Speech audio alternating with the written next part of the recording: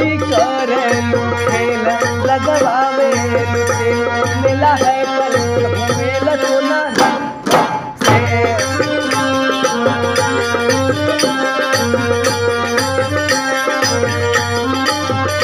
गोरी करे खेल लगवावे मिला है पर घूमेला सोना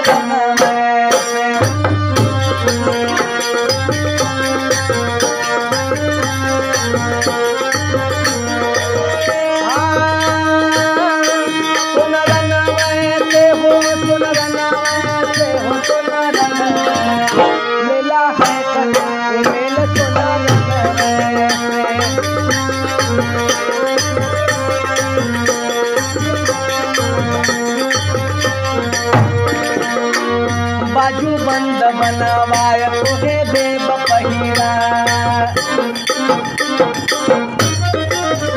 बाजू बंद बनवाया तोहे देव पहिरा खुशी आई जालू अपन सजन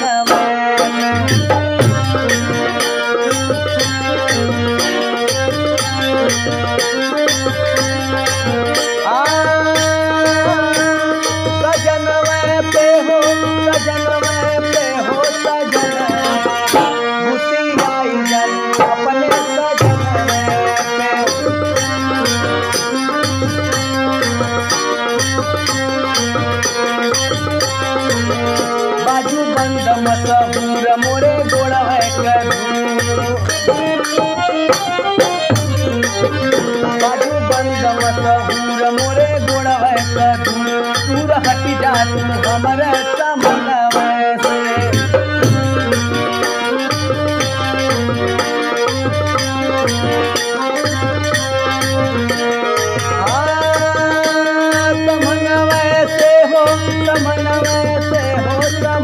दूर हट जा तू हमारा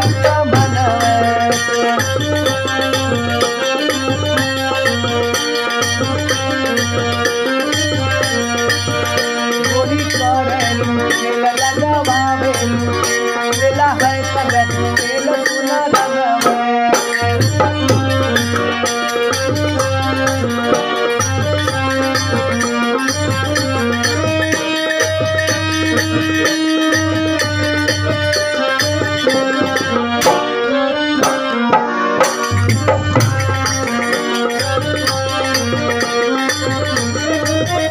मुचुरे आँख करे बाल बाल जौआ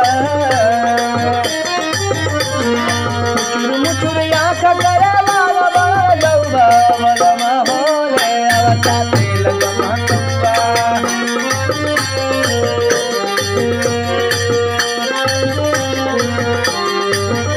मुचुरे आँख करे बाल बाल जौआ मुचुरे आँख करे बाल बाल जौआ मलमा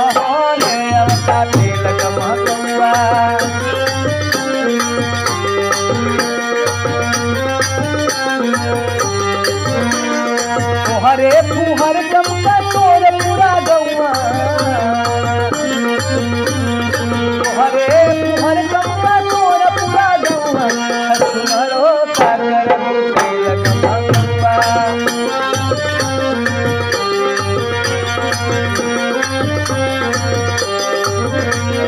जाके तिल सरी का चेहरा निहार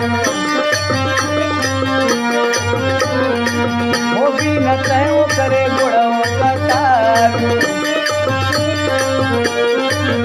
अरे जाके तिल सरी का चेहरा निहार होगी न तय करे गुड़ों कटार हीरोइन से नीतम कलमाल पगी रहुआ हीरोइन से नीतम कलमाल पगी रहुआ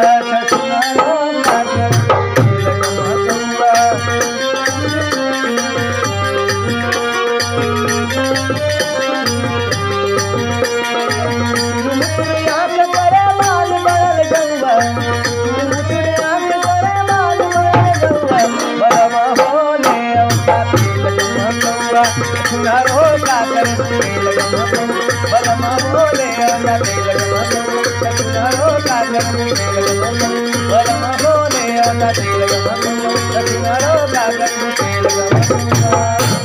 तो नमस्कार दोस्तों, आपने देखा है अभी अभी धोबी गीत छछुनो का करबू तेल गमकौआ, और एक गाना और भी आप लोग सुने थे, गोरी ये कुचुर मुचुर आँख करे और गोरी करेलू खेल लगवावे ले तुल। तो देखिए दोस्तों, ये गीत एक ऐसे स्ट्रगल मैंस की बात करेंगे हम। हालांकि हम सभी लोग उत्तर प्रदेश जिला गाजीपुर से हैं, और हमारे बीच में ढोलक मास्टर हैं। नाम क्या है आपका? लक्ष्मण। क्या आप पूरा नाम बताइए? लक्ष्मण राम। लक्ष्मण राम इनका नाम है, और ये नाल वादक हैं। हालांकि इनकी वीडियो एक पड़ी थी जिसमें बेंजू, तबला, नाल, पैड सब कुछ बजाए थे। मैं वीडियो अपलोड किया था जिसमें 500 व्यूज़ इनका आया था, काफ़ी अच्छा रिस्पॉन्स था। तो हमारे बड़े भैया हैं, इनका लक्ष्मण राम। आपका नाम क्या है बताएं? सतीश सरगम। सतीश सरगम। कहाँ से हैं आप? जी जखनिया से। जखनिया से हैं। बहुत ही अच्छे कलाकार हैं हमारे बीच। दोस्तों देखिए, हम जो वीडियो जो भी अपलोड करते हैं आपके बीच में, सभी कलाकार ऐसे हैं। हालांकि एक वीडियो इनकी भी मिलेगी, काफ़ी अच्छे सिंगर भी हैं सतीश जी, और इनकी वीडियो आपको मिलेगी, इसके बाद मिलेगी।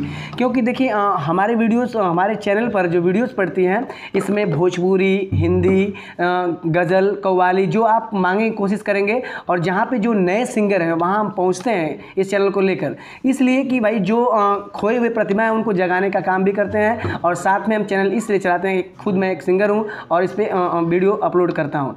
तो दोस्तों हमारे बीच थे हमारे बड़े भैया लक्ष्मण जी, जो उत्तर प्रदेश जिला गाजीपुर से हैं। इनका नंबर मैं डिस्क्रिप्शन बॉक्स में डाल दूँगा, आप लोग कमेंट कर लीजिएगा, इनसे बात कर लीजिएगा। अगर आपको नाल सीखना है, हारमोनियम सीखना है, बैंजू सीखना है, पैड सीखना है, ये कलाकारी जो म्यूजिक लाइन में जो भी कलाकारी होती है, अगर आपको सीखना है तो आप सीख सकते हैं। हाँ, जो कलाकार बनना चाहते हैं वो, जो कलाकार नहीं बनना चाहते उनके लिए नहीं। जिनके अंदर हम की भावना होती है, जो हम के शिकार हो चुके हैं, बहुत से ऐसे कलाकार हैं जो कि अभी भी हमारे बीच में कल एक वीडियो आई थी, बीच में आप लोगों ने देखा था कि झांझ बजा रहे थे सोनू जी, काफ़ी अच्छे कलाकार थे, लेकिन अंदर हम की जो भावना थी उसके वजह से उनको रिजेक्ट कर दिया गया। तो देखिए, जहाँ पे जो चीज़ होगा वो चीज़ आपको सुनने को मिलेगा, ठीक है। तो इसमें कोई वो संदेह नहीं है। अगर आपको कलाकार वाकई बनना, आप कलाकार बनना चाहते हो तो आप दिखाओ कलाकारी।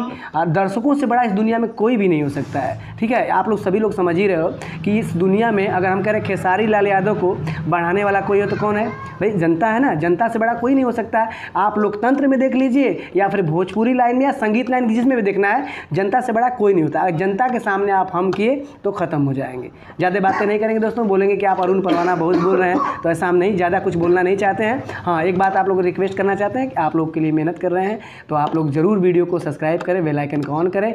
ऐसी वीडियो के साथ बने, अगली वीडियो में मिलेंगे, तब तक के लिए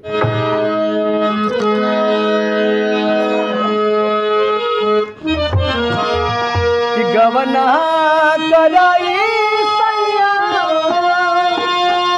अरे बसला सहार में उठेला दरदिया रे हमारा, गतरे गान में उठेला दरदिया रे हमारा, गतरे गान में उठेला दरदिया रे हमारा।